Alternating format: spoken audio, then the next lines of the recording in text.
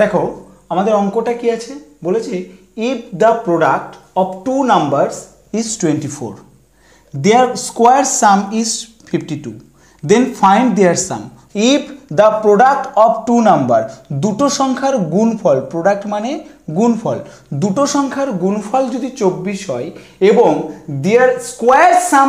is 52 তাদের বর্গের যোগফল যদি 52 হয় তাহলে সেই দুটো সংখ্যার সমষ্টি কত প্রথমে কি বলেছে গুণফল বলেছে আমি ধরে নিলাম একটা সংখ্যা x আর একটা সংখ্যা কত y তাহলে এদের গুণফল কত বলেছে 24 বেশ ভেরি গুড আবার বলেছে তাদের স্কয়ার সাম মানে প্রথম সংখ্যার স্কয়ার x স্কয়ার সাম মানে যোগফল দ্বিতীয় সংখ্যার স্কয়ার মানে y স্কয়ার এদের সাম কত বলেছে 52 তাহলে এটাকে যদি দেখো সূত্র ফেলানো যায় এটার থেকে জাস্ট এটার থেকে যাচ্ছি কি x square plus y square মানে a স্কয়ার প্লাস b স্কয়ারের সূত্র a প্লাস b তার whole square minus 2ab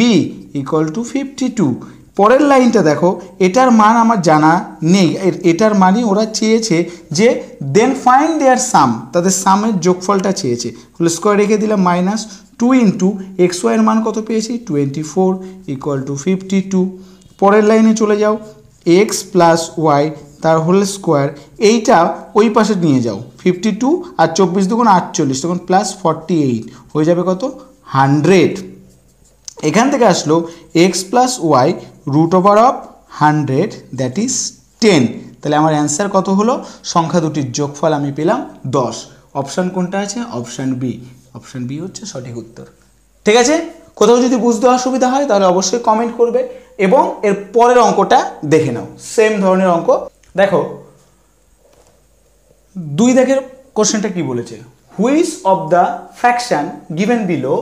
when added to 13/5 gives 1 which of the fraction given below নিচে দেওয়া যে ফ্র্যাকশনগুলো বা ভগ্নাংশগুলো রয়েছে এই ভগ্নাংশগুলোর মধ্যে কোন ভগ্নাংশটার সাথে অ্যাডেড টু 13/5 যে তাদের সাথে যদি 13/5 যোগ করা হয় গিভস 1 আমরা 1 পাবো বোঝা গেল একদম সিম্পল আমরা ধরে নিই ফ্র্যাকশনটা হচ্ছে x/y আমরা ফ্র্যাকশনটা x/y ধরে নিলাম এবার বলেছে এর সঙ্গে আমি 13/5 যোগ করলাম 13/5 যোগ আমরা কত পাবো গিভস 1 পাবো সেখান থেকে আমি x/y এর মানটা যদি বের করি এটা এই পাশে গেলে মাইনাস হয়ে যাবে 13/5 এটাকে আমি যদি করি মাইনাস 8/5 কেন 5 গুণ 1 মানে 5 মাইনাস 13 মানে 8 মাইনাস 8/5 ক্লিয়ার হলো এইবার এক্স ওয়াইয়ের মান মাইনাস 8/5 আমি ফ্র্যাকশনটা পেয়ে গেলাম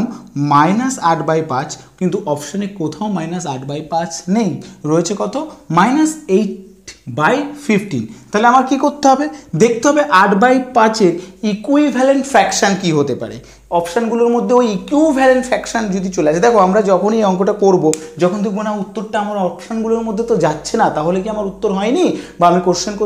বুঝতে পারিনি তখন আবার আমি টাইমটা ওর মধ্যে দেবো আবার সময়টা নষ্ট করবে তাই আমার পুরো কোশ্চেনটার প্রতি একটা হিউজ বা ভালো অ্যামাউন্টের সময়টা নষ্ট হয়ে যাবে মানে প্রচুর একটা সময় ওতেই চলে যাবে আমরা যদি একবার দেখি যে উত্তর যেটা এসছে সেই উত্তরে ইকুইভ্যালেন্ট ফ্র্যাকশন কী কী হতে পারে আমি এই 8 এখানে কত আছে